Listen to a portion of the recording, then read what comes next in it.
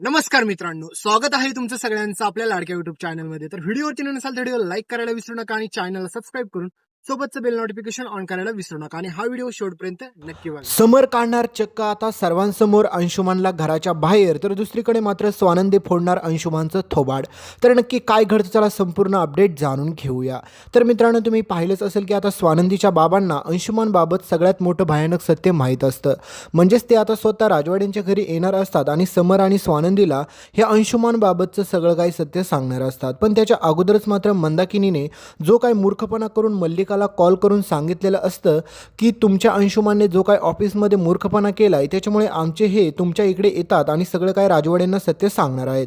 त्यावेळेस मात्र मल्लिका अंशुमानवरती भडकते आणि अंशुमान चक्क आता स्वानंदीच्या बाबांना मारण्याचा प्रयत्न करतो आणि त्यांना रस्त्यावरती ढकलतो आणि त्यांच्या डोक्याला खूप जोरदार अशी इजा होती। त्याच्यामुळे ती चक्कर येऊन तिथेच पडतात। तर सगळी लोक जमतात, ते स्वानंदीला कॉल करून सांगतात आणि म्हणतात की तुमच्या बाबांचा अपघात झाला आहे। तर दुसरीकडे मात्र अंशुमानला वाटतं की हे म्हातारं काय आता जगणार नाही, त्याच्यामुळे माझं सत्य कोणाला काही समजू पण शकत नाहीये। तर आता एकीकडे चिंगी विचार करत असते की तिच्यासोबत किती मोठा स्कॅम झाला आहे। म्हणजेच तुम्हाला माहीत असेल की चिंगीने याच्या अगोदर खूप सारे प्रयत्न केले होते अंशुमानपासून लांब राहण्याचा, पण ह्या अंशुमानने चिंगीला अशा प्रकारे जाळ्यात ओढलं की सांगायलाच नको।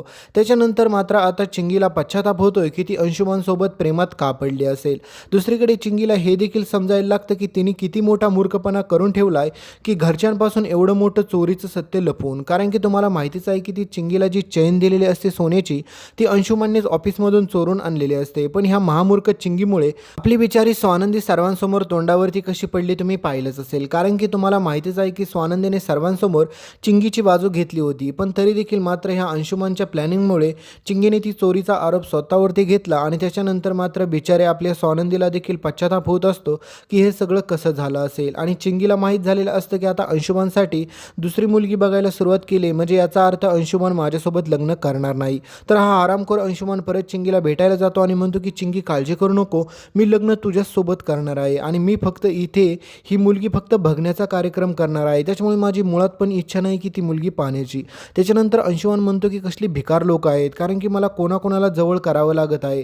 त्याच्यामुळे अंशुमान म्हणतो की लवकरात लवकर मला हे चिंगीचा चॅप्टर क्लोज केला पाहिजे, नाहीतर माझं नाव चिंगी सगळीकडे सांगेल आणि त्याच्यानंतर मात्र मला ह्या घरात कोणीच राहू देणार नाहीये। तर आता अंशुमनला ज्या गोष्टीची भीती वाटते, आता ती गोष्ट खरंच सत्यात उतरणार आहे। दुसरीकडे आता स्वानंदीला कळालेलं असतं तिच्या बाबांचा अपघात झालाय, त्यावेळेस मात्र स्वानंदी जाते आणि त्या ठिकाणावरून बाबांसोबत असं कसं झालं, त्यांचा अपघात कसा होऊ शकतो याबाबत स्वानंदीला प्रश्न पडलेले असतात। तर आता तुम्हाला पुढे पाहायला भेटेल की स्वानंदीच्या बाबांना हॉस्पिटलमध्ये ॲडमिट करतात आणि त्याच्यानंतर मात्र सगळ्या राजवाड्यांच्या घरांमध्ये देखील ही खबर येते की स्वानंदीच्या बाबांचा अपघात झालाय। आणि त्यावेळेस मात्र ही नाटकी मल्लिका म्हणते की हे कसं झालं, काय झालं, ते वाचतील ना तर काय हो झालं, समर तू लवकर जा जा जा, कसं काय काय काय काय झालं। म्हणजे ही नाटकं जी मल्लिका करत असते ना, हे सगळं पाहून मात्र एवढा प्रचंड राग येतो ना की काय सांगायलाच नको। तर दुसरीकडे तुम्हाला माहितीच आहे की बिचारी स्वानंदी प्रचंड घाबरलेली असते। समर म्हणतो की स्वानंदी मॅडम तुम्ही काळजी करू नका, मी लवकरात लवकर तिकडे पोहोचतोय। तर त्यावेळेस मात्र समर स्वानंदी सगळे एकत्र येतात, स्वानंदीच्या बाबांना हॉस्पिटलमध्ये नेतात। त्यावेळेस मात्र स्वानंदी म्हणते की हे असं होऊच कसं शकतं, कारण की बाबा असे रस्त्याच्या मध्ये तर कधी जात नाही, त्यांचा अपघात झाला तर मग अपघात झाला कसं काय, नेमकं हे काय प्रकरण आहे हे याबाबत स्वानंदीला काहीच खबर नसते।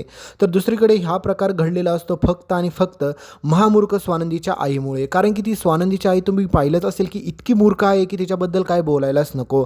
कारण की तिने स्वतःच्या पायावरती दगड मारून घेतलेला आहे, कारण की तिने जर मल्लिकाला कॉल करून सांगितलं नसतं तर आत्ता हा प्रकार घडलाच नसता आणि उलट ह्या अंशुमानचा पर्दाफाश सगळ्यांसमोर झाला असता। तर दुसरीकडे कहाणीमध्ये याच्यापेक्षा बेकार ट्विस्ट तर हाच असतो की तुम्हाला माहितीच आहे की अंशुमान त्याच्या आईला बोलतो की म्हणतो की फायनली त्या म्हाताऱ्याचा काटा मी काढला। पण त्यावेळेस मात्र मल्लिका म्हणते की हा मूर्खपणा तुला करायला कोणी लावला होता अंशू, तू पैसे चोरलेस तर खरं, पण हे गोष्ट अजून कोणाला माहीत तर नाही ना। तर त्यावेळेस मात्र अंशुमान म्हणतो की कोणालाच माहीत नाही, काळजी करू नको आई। तर आता तुम्हाला माहितीच आहे की अंशुमानला वाटते की तो आता एवढ्या मोठ्या सपड्यामधून आणि तो वाचला, पण मित्रांनो सगळ्यात बेकार तर आता अंशुमान फसणार असतो, तो पण म्हणजे सगळ्यात त्यांनी केलेली भयानक मोठी चूक असते। म्हणजेच तुम्हाला माहीत नसेल पण आता अंशुमानने सगळ्यात मोठा मूर्खपणा कोणता करून ठेवला असेल, तो म्हणजे चिंगीसोबत प्रेमाचं नाटक करण्याचा। तर आता पुढे तुम्हाला पाहायला भेटेल की आता स्वानंदी आणि समोर दोघेजण देखील विचार करतात की आपल्या घरामध्ये नेमकं होतंय काय काय.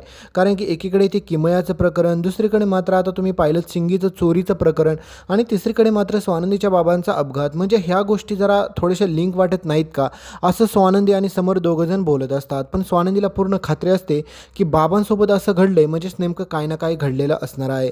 तर दुसरीकडे मात्र आता मंदाकिनी सगळ्यात मोठा मूर्खपणा करते, पण तरी देखील मात्र तिला ज्यावेळेस ही खबर कळते की तिच्या नवऱ्याचा अपघात झाला आहे त्यावेळेस मात्र ती रडायला लागते. ती स्वानंदीला म्हणते की मी सांगत होते यांना नको जाऊ तुमच्याकडे, तरी देखील मात्र यांचा काय हट्ट ऐकला नाही, त्यांनी माझं ऐकलं नाही आणि ते चक्क तुझ्या घराकडे निघाले होते. तर त्यावेळेस मात्र स्वानंदी म्हणते की बाबा माझ्याकडे का निघाले होते, म्हणजे नेमकं असं काय इम्पॉर्टंट काम होतं की त्यांना माझ्याकडे यावं लागलं.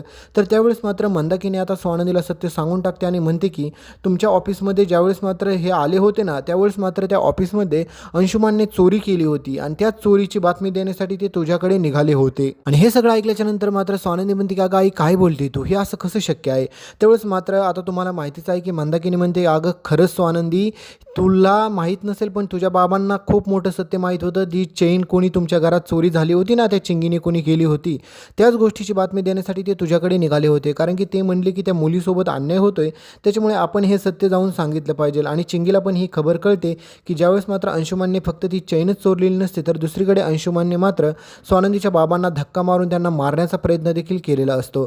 तर ही सगळी बातमी आता अंशुमान स्वतःहून चिंगीला सांगतो आणि म्हणतो की काळजी करू नको चिंगी, आता तुझ्यावरती कोणताच संशय येणार नाही आहे, कारण की मी ज्या माणसाला हे सत्य माहीत होतं त्याचाच काटा काढलेला आहे. त्यावेळेस मात्र चिंगीला कळते की आपल्या एका चुकीमुळे किती साऱ्या गोष्टी अशा भोगाव्या लागणार आहेत.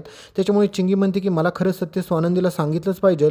तर दुसरीकडे आता स्वानंदीच्या मनामध्ये सगळ्यात मोठा डाऊट असतो तो म्हणजे अंशुमानवरती. कारण की आता स्वानंदी राजवाड्यांना विचारते की ऑफिसमधून चोरी झाली असं तुम्हाला वाटतंय का. तर त्यावेळेस मात्र आता समरला देखील त्याच्या पैशाच्या कॅल्क्युलेशनमध्ये खूप मोठा घपला वाटतो आणि तो म्हणतो की यातून खूप सारे पैसे देखील मिसिंग आहेत. आणि त्याच वेळेस मात्र आता समर ठरवतो की ऑफिसमध्ये नेमकं असं काय घडलं होतं हे लवकरात लवकर पाहिलंच पाहिजे. तर दुसरीकडे आता स्वानंदीच्या बाबांना अंशुमानबाबतचं सगळं सत्य माहीत असतं. तर दुसरीकडे आता चिंगी ठरवते की मला देखील आता स्वानंदी ताईंना खरं सत्य सांगितलं पाहिजे. कारण की तुम्हाला माहितीच आहे की चिंगीने जो मूर्खपणा केलेला असतो यामध्ये ना चिंगीचा फायदा आहे ना कोणाचाच फायदा आहे. कारण की चिंगीला आता अंशुमानने ज्या प्रकारे प्रेमाच्या जाळ्यामध्ये ओढलेलं असतं त्या सगळ्या जाळ्यामधून बाहेर फक्त आपली स्वानंदीच काढू शकते तिला. तर दुसरीकडे आता अंशुमानचं लग्न ठरलेलं असतं त्यामुळे त्याला पाहण्यासाठी मुलीकडचे येतात. पण त्यावेळेस मात्र स्वानंदीला माहीत असतं की हा अंशुमान खूप शातीर आहे, कारण की ह्याने आतापर्यंत खूप सारे कांड केले, त्याच्यामुळे याला तर मी सोडणार नाही आहे. तर दुसरीकडे आता तुम्हाला पुढे पाहायला भेटेल की चिंगी सगळं सत्य सर्वांसमोर अंशुमानचं सांगून टाकते. तर आता स्वानंदीच्या बाबांना शुद्ध येते. त्यावेळेस मात्र स्वानंदीचे बाबा देखील स्वानंदीला सत्य सांगतात अंशुमानच्या चोरीबाबतचं. मग आता हे सगळं सत्य उघडकीस झाल्याच्या नंतर समर राजवाडे फायनल डिसिजन घेतात. म्हणजेच तो डिसिजन एवढा भयानक असतो की सांगायला नको. तर स्वानंदी सर्वांसमोर मात्र अंशुमानचं परत एकदा तोंड फोडते आणि त्यावेळेस मात्र ह्या मल्लिकाचा चेहरा पाहण्यासारखा होतो. कारण की तिला समजतं की ह्या स्वानंदीचं आपण काहीच वाकडं करू शकत नाही. तर चिंगीला देखील तिच्या स्वतःच्या चुकीची जाणीव झालेली असते. चिंगीला देखील माहीत होतं की तिने जो मूर्खपणा केला आहे तो सगळ्यात मोठा चुकीचा मूर्खपणा होता. तर सगळ्यात मोठा भयानक ट्विस्ट तर तेव्हा येतो कारण की तुम्हाला पुढे पाहायला भेटेल की समर राजवाडे डिसिजन घेतात की ह्या अंशुमानने आतापर्यंत खूप चुका केल्या, त्याच्यामुळे ह्याला या घराच्या बाहेर म्हणजे ह्या घरामध्ये राहण्याची काहीच याची म्हणजे लायकी नाही आहे, त्याच्यामुळे याला घराच्या बाहेर मी स्वतः काढत आहे. तर पुढे समर राजवाडे स्वतः अंशुमानला घराच्या बाहेर काढणार आहे. तर पुढचा ड्रामा पाहिला तर जास्त मजाच येईल. तर बघूया पुढे नेमकं काय घडतं. तोपर्यंत व्हिडिओला लाईक करा, चॅनलला सबस्क्राईब करा, सोबतचं बेल नोटिफिकेशन ऑन करा आणि या व्हिडिओच्या खाली डिस्क्रिप्शन बॉक्स एकदा चेक करायला विसरू नका आणि टॅग प्रोडक्ट देखील. धन्यवाद.